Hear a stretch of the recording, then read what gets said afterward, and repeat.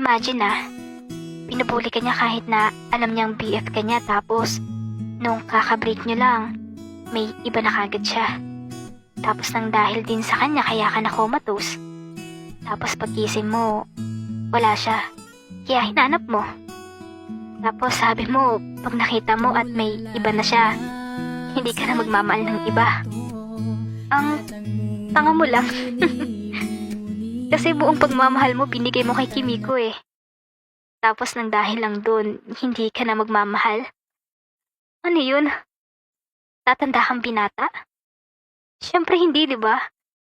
Kaya mo lang sinasabi yan kasi mahal mo pa si Kimiko. Pero pag umabot ng buwan or taon, makaka-move on ka din sa kanya. Kaya, wag mong sabihin hindi ka na magmamahal. Tama nga naman siya. Halos wala na ako itirang pagmamahal sa sarili ko. Kita niyo naman, di ba?